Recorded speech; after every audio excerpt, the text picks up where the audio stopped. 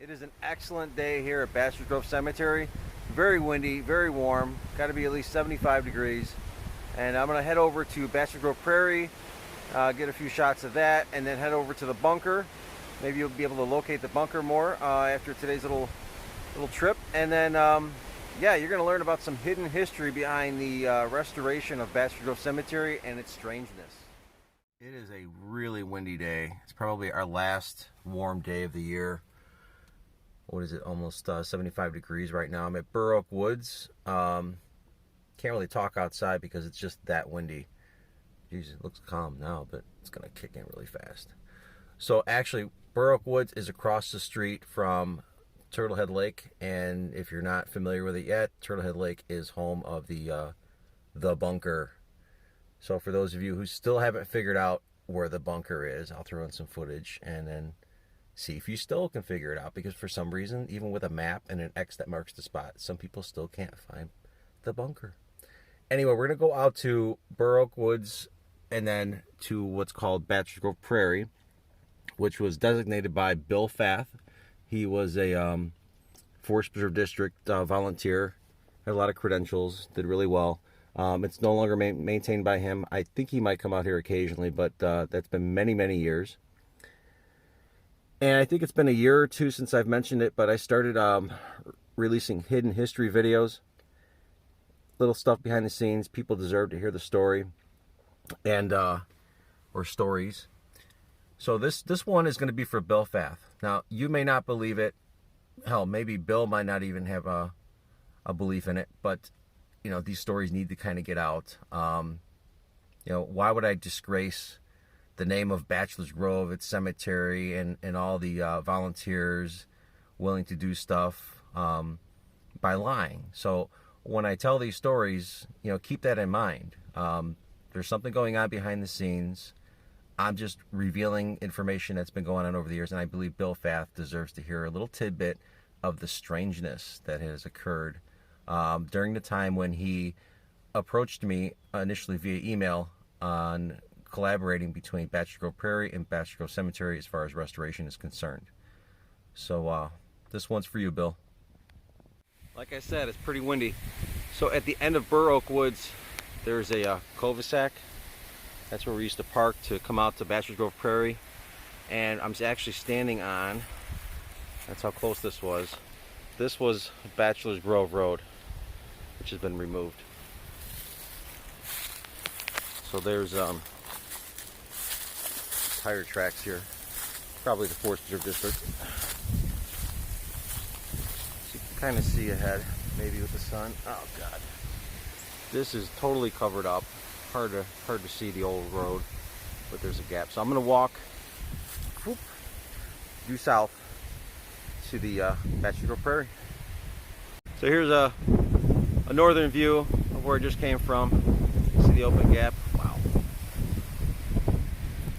Be heading still south. You'll see some electrical wires here.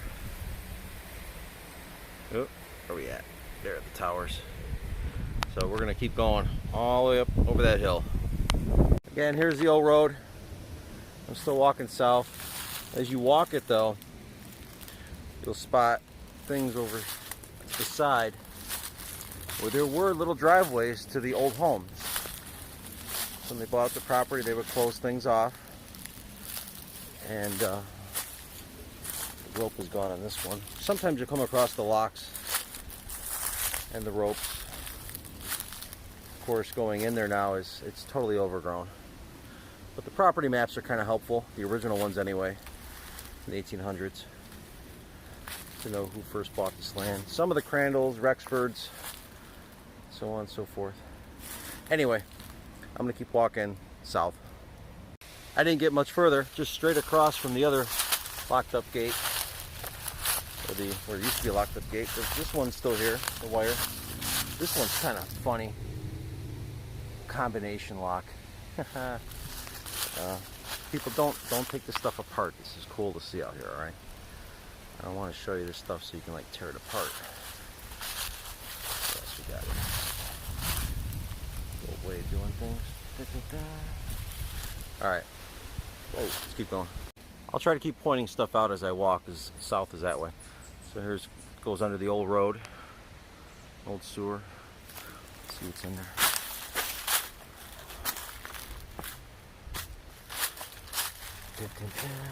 All the way to the other side. There's still original pipe here. Old stuff. This is more modernish, but yeah, you want to come out and explore, there's all these little things. So again, that's north. You'll know you get to Bachelor Grove Prairie when it starts to open up on your left. Alright, let's go inside.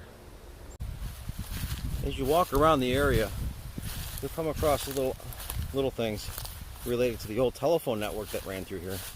There used to be a sign. I think somebody stole it, but it was near this thing. Back off a bit. This sucker goes all the way down into the ground.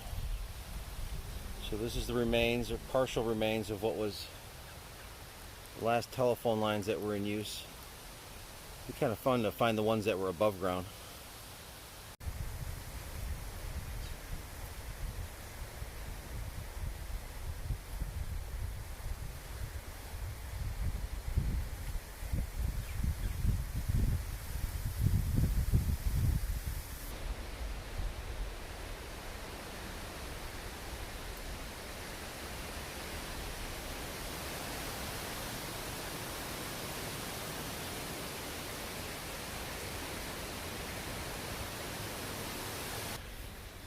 Okay, that was just a little quick trip. I'm going to show some pictures, some video, whatever I got from the days when we were out here at Bachelor Grove Prairie with Bill Fath and all the volunteers. And then I'm going to try to have a better discussion without all this noise. It was pretty bad back there. I couldn't talk. Over at the bunker. So here I am at Burr Oak Woods. Like I said, there's that cul-de-sac.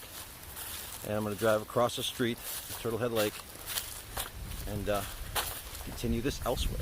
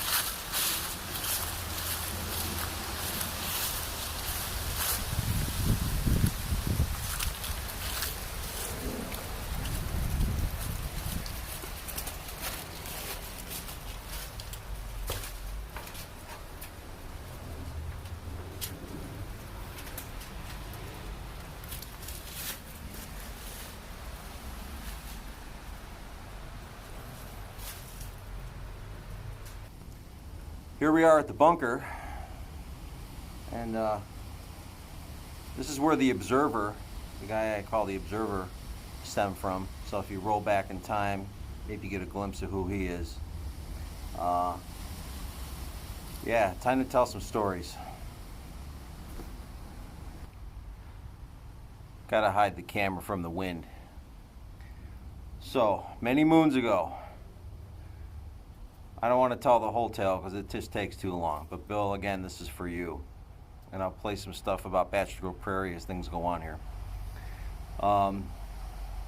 You know, how I started cleaning up Bachelors Grove Cemetery, trying to get volunteers in that, goes back a long way. Some of the stories are, parts of the story are out there, others are not. This is going to be one of those hidden history things it's just was never included.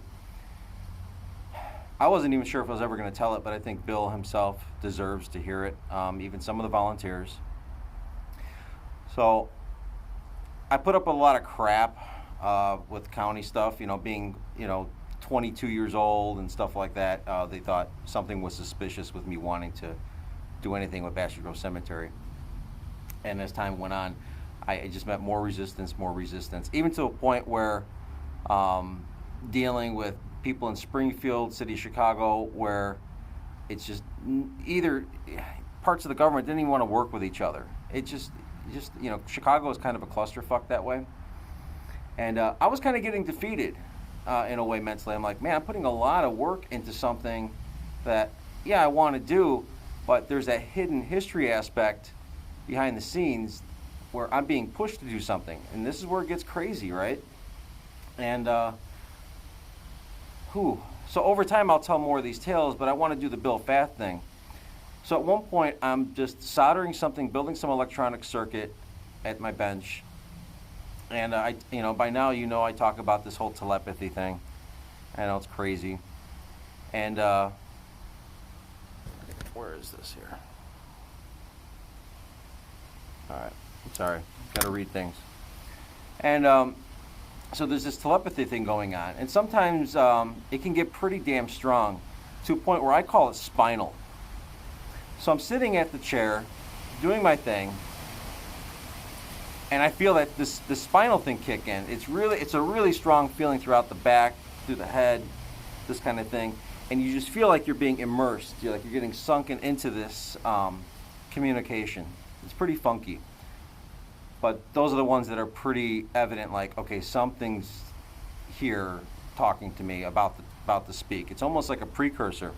And it sticks with you during this communication. And this communication's like saying, you're running out of time. You need to clean up Bachelors Grove Cemetery, you know why. And again, there's even more of the backstory.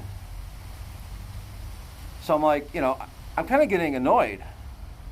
I lay back on the chair and I'm just kind of like, if this is really you, the one that's been pushing me to do this, you damn well know the kind of trouble I've been going through, and I'm just getting sick and tired of it. It's like, what am I going to do? I'm trying. And it kept pushing it a little further, and then I just had this emotional moment where I'm like, you know what? I said to myself, fuck you. I'm done. I'm finished. It's over. I'm going to keep doing my thing, but quit asking me to clean up the cemetery and get things going for the reasons that you keep throwing at me. And I'm like, you need to send me some help. I'm done. I'm not doing this alone. You know exactly what I need. And I started mentally putting out exactly what I needed just to make sure. I go, you send me that, and then maybe we'll talk. And I ceased communication in my own way. And then that spinal thing kind of faded, and I went about my day. Now, about a month or so later, I get this email. It's from a guy named Bill Fath. And I wish I would have saved the email. All emails I did not save. Man. Anyway, he's saying that, I see what you're doing out there at Bachelors Grove Cemetery, or wanting to do something to that effect. I've got something going on called Bachelors Grove Prairie. I'd like to combine our efforts and see where we can go. So eventually, I did get to talk to him on the phone, I guess, and then face-to-face. And it was everything that was necessary. That got me into some classes with the Forestburg District. That got me some contacts. People were taking things more seriously, and it just took off like totally took off and actually making a real difference to get that ball rolling. And I always knew that volunteers were never going to be the end all be all how to keep things going. You needed county support, them coming in like they are today, doing the trimmings and doing that kind of stuff. But Bill, that really did take place. I don't know if you're really going to believe it. Again, there is more to the story, but that is the basics of one of these events where I had actually given up completely. It's kind of weird. Now, whether or not I was really having communication, whether or not you believe that, that whole situation is weird. It's kind of a unique scenario. The timing of it, of me finally just saying, I'm done. Get away from me. And then getting this contact. So, anyway, Bill, I hope you enjoyed the story. For others listening to this, maybe you're entertained by it. Maybe you just don't believe it. I don't want to disrespect a lot of things in a lot of different ways. So hopefully you take that to heart. Hopefully you absorb that aspect to it. Like, why would I tell these kind of stories? I'm not looking for attention. Hell, there's people out there that know that I don't want to tell these stories. I've been just keeping it to myself for a long, long time. And there are more positive benefits to not telling the story.